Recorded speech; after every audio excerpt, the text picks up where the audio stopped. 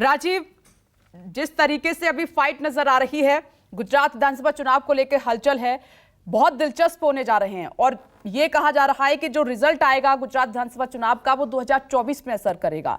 ये ठीक है, लेकिन जो आम आदमी पार्टी की तरफ से यह कहा जा रहा है कि 2024 में लड़ाई अरविंद केजरीवाल वर्सेस प्रधानमंत्री नरेंद्र मोदी होगी, कैसे? सवाल यह है कि जिस पार्टी के पास एक भी लोकसभा का सांसद नहीं है, वो इतनी मजबूती के साथ अभी से ताल ठोक रहे हैं, कैसे मुकाबला होगा?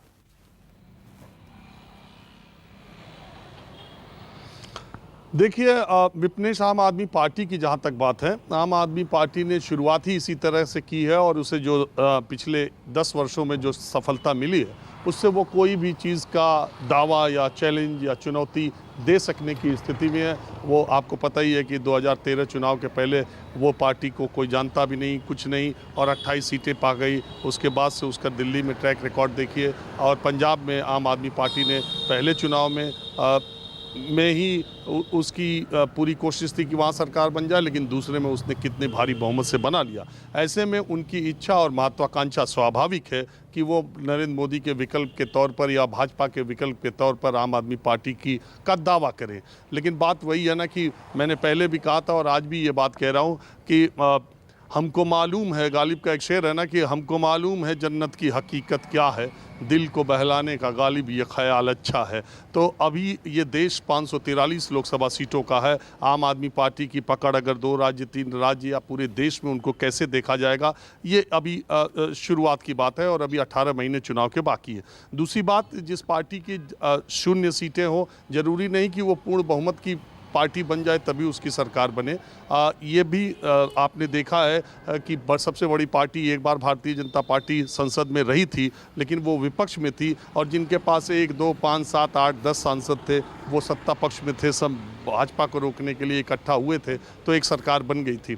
तो ये संख्या का खेल है, वो आगे देखा जाएगा।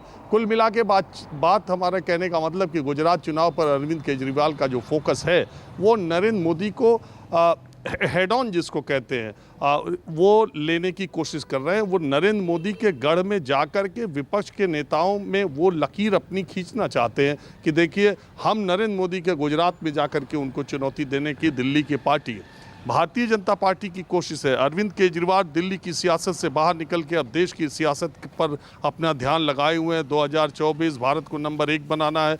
एक दिल्ली प्रदेश का मुख्यमंत्री भारत को नंबर 1 बनाने का नारा दे रहा है। तिरंगा यात्रा, तिरंगा हर घर तिरंगा अभियान में देखिए आप, अगर प्रधानमंत्री मोदी से भी ज़्यादा सक्रियता से अगर कोई मुख्यमंत्री था तो अरविंद केजरीवाल थे।